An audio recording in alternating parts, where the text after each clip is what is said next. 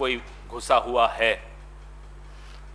UPSC में या कौन बनेगा करोड़पति में अगर ये सिर्फ लाइनें डाल दें तो सबको मालूम पड़ जाएगा ये किस व्यक्ति ने किस विषय पर बोला और उसका परिणाम क्या भुगतना पड़ रहा है आज भारत को। मिस्टर क्लीन चिट, ये हमारे प्रधानमंत्री को आज मैं नई उपाधि देना चाहता हूं। मिस्टर क्लीन चिट ने चीन को एक क्लीन चिट दी 19 जून 2020 को यह वक्तव्य देकर।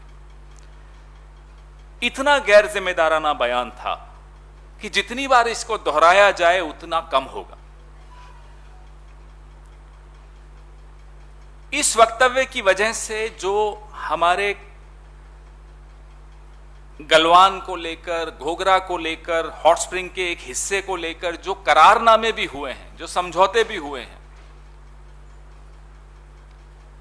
वह भी गैर बराबरी के समझौते हो गए। The balance is tilting towards China. गैर बराबरी के समझौते क्यों हुआ ये?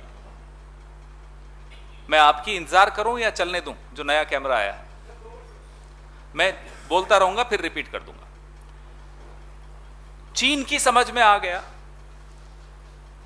विश्व की समझ में आ गया कि भारत में एक ऐसा प्रधानमंत्री है जिसको भारत की भौगोलिक संप्रभुता से अधिक, भारत की सीमाओं की सुरक्षा से अधिक अपनी कृत्रिम छवि की चिंता ज्यादा है। Here is the Prime Minister in India who is more worried about an artificial image of masculinity which he has created about himself, much more worried about that than the geographical integrity of the borders of India. ये कोई छोटी बात नहीं है, ये बहुत ज्यादा खतरनाक ऑब्जर्वेशन मानी जाएगी पूरे विश्व द्वारा, और इसके जिम्मेदार और कोई हो ही नहीं सकता। वही व्यक्ति हो सकता है जिसने ये टिप्पणी की थी। प्रधानमंत्रियों को, मंत्रियों को बहुत नपे तुले शब्दों में बोलना चाहिए, विशेष तौर पे जब वो विदेश नीति की कोई बात कर रहे हैं। आज हम क्यों इस विषय को फिर से दोहरा रहे हैं? आज हम क्यों आपके सामने फिर से यह वक्तव्य लेकर आ रहे हैं? इसका कारण क्या है? डेप्सांग और हॉट स्प्रिंग को लेकर जो 13वां दौर कोर कमांडर्स की वार्ता का हुआ वो विफल हो गया। चीन डेप्सांग से, हॉट स्प्रिंग से पीछे हटने को अब मना कर रहा। भारत के हमारे पराक्रमी सेना के हमारे जो सेना प्रमुख हैं उन्होंने कहा China is here to stay. तुलना कीजिए प्रधानमंत्री के वक्तव्य की कि ना कोई घुसा है, ना कोई आया है, ना कोई है, China is here to stay. ये तुलना करके भी आपको अफसोस होगा कि ये क्या हो रहा है। जो हमने हासिल किया था, हमारी वीर सेना ने दक्षिण पैंगोंग में हासिल किया था, वो भी हमने गंवाया। जहां हमारी पेट्रोलिंग होती थी अप्रैल 2020 से पहले तक, वहां अब पेट्रोलिंग नहीं होती, यथास्थिति नहीं वापस हम स्थापित कर पाए। एक वीर देश, एक वीर सेना और एक कमजोर प्रधानमंत्री, बताइए ये कॉम्बिनेशन कैसी सुनाई देती है? सेना के पराक्रम में न 67 में किसी को संशय हुआ, न 71 में किसी को संशय हुआ, न कारगिल के दौरान किसी को संशय हुआ। सेना के पराक्रम पे संशय हो ही नहीं सकता। और मैं हिम्मत मेरे में है ये बोलने की कि 62 में भी सेना के पराक्रम में कोई कमी नहीं थी, 65 में भी नहीं थी, 67 में भी नहीं थी, 71 में भी नहीं थी, 1990 में भी नहीं थी, 99 में। यहां हमारी कमी राजनीतिक इच्छा शक्ति की बड़ी स्पष्ट तौर पे दिख रही है जब चीन कहता है we will not go back. ना केवल we will not go back, Uttarakhand के 2 इलाकों में घुसकर हमारे पुल डिस्ट्रॉय कर चला जाता है। ये स्थिति कैसे पैदा हुई, इसका जवाब अब क्या होगा, ये चर्चा अब हमें सबको बार बार करनी पड़ेगी। अब तुंजुनाला पास जो था उत्तराखंड का, वहां आपने पहले कभी सुना ऐसा इस तरह से हिमाकत की हो चीन ने? बाराहोटी जो था, बाराहोटी में क्या कभी चीन पहले घुसा था इस तरह से जैसे अब घुसा था? तो वो लद्दाख हो, अरुणाचल हो, सिक्किम हो, उत्तराखंड हो, बार बार चीन ये हिमाकत करने की हिम्मत जुटाता है, क्योंकि उसे मालूम है मिस्टर क्लीन चिट उसको विश्व में क्लीन चिट दे देंगे।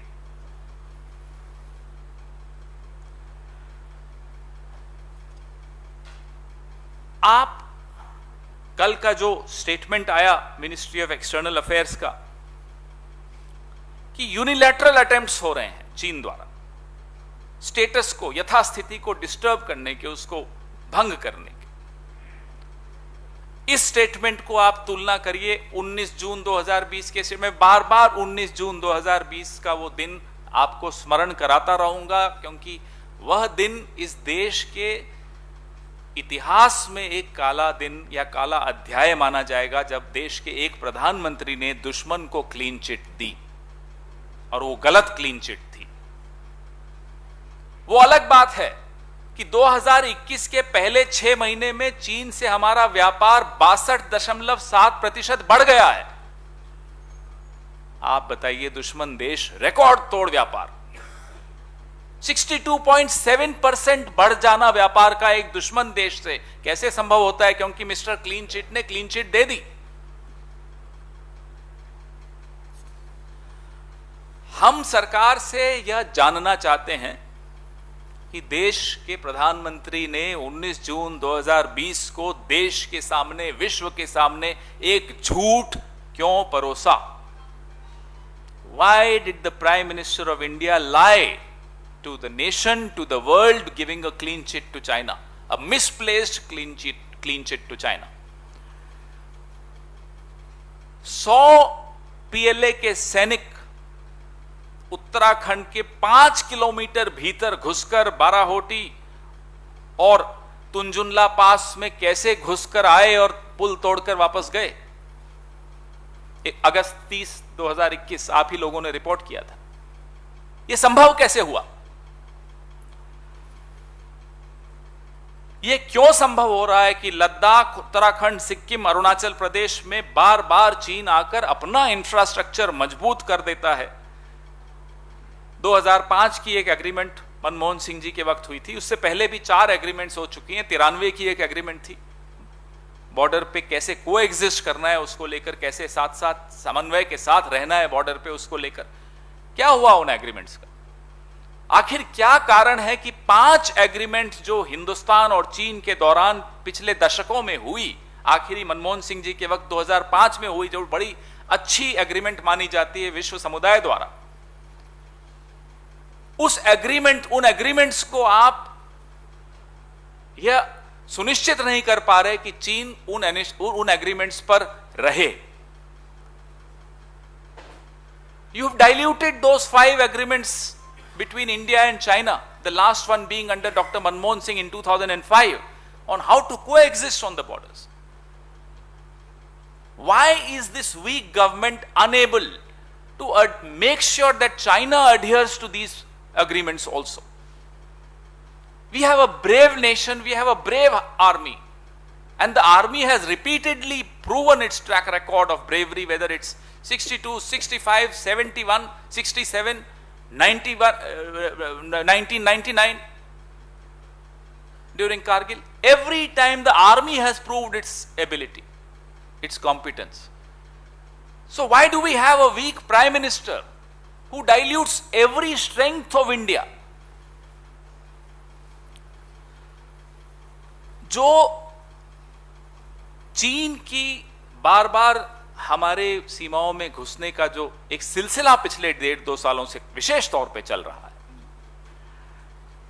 जो हमारा दौलत बेग ओल्डी सेक्टर है, डेप्सांग सेक्टर, और डेप्सांग तुम्हें आप सबको याद होगा, डॉक्टर मनमोहन सिंह के वक्त भी डेप्सांग में चीन ने हिमाकत की थी 2013 में, 21 दिन में वापस चले गए थे। कूटनीति तेज तेज नारे लगाने से नहीं होती, ऊंचे ऊंची आवाज में भाषण देने से नहीं होती, कूटनीति चुपचाप होती है। There is strength in silence in diplomacy, and the silent diplomacy of Dr. Manmohan Singh gave us results. These loud masculine slogans do not give us results.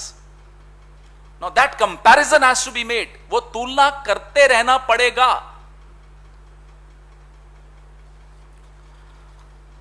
बारहवां राउंड जो मिलिट्री का अगस्त में हुआ, गोगरा क्षेत्र के विषय में तय हुआ आपस में दोनों कोर कमांडर्स का,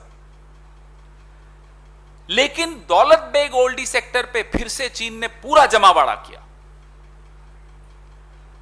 ना केवल वहां उन्होंने जमावड़ा किया, S-400 air defence missile system वहां डिप्लॉय करना ये छोटी बात नहीं होती, ये देश के लिए खतरा है, और इस खतरे का आभास हमें और आपको होना पड़ेगा, और इस सरकार को बार बार याद दिलाना पड़ेगा कि ये खतरा हमारे बॉर्डर्स पे मंडरा रहा है, ये पहली बार हुआ है, इसको रोकिए। जो बन सकता है वो कीजिए, ट्रेड बाद में हो जाएगी, रोकिए इन लोगों को। ये एयरक्राफ्ट कितने दूर हैं जम्मू कश्मीर से और लद्दाख से? 400 किलोमीटर से भी कम। हमें ये याद रखना होगा कि प्रधानमंत्री और कैबिनेट आज चुप हैं, और मुझे लगता है ये अच्छी बात है शायद चुप है, क्योंकि बोलते हैं तो क्लीन चिट दे देते हैं, लेकिन इन सवालों के जवाब हमें प्रधानमंत्री से चाहिए, और इस बार बिना क्लीन चिट के चाहिए।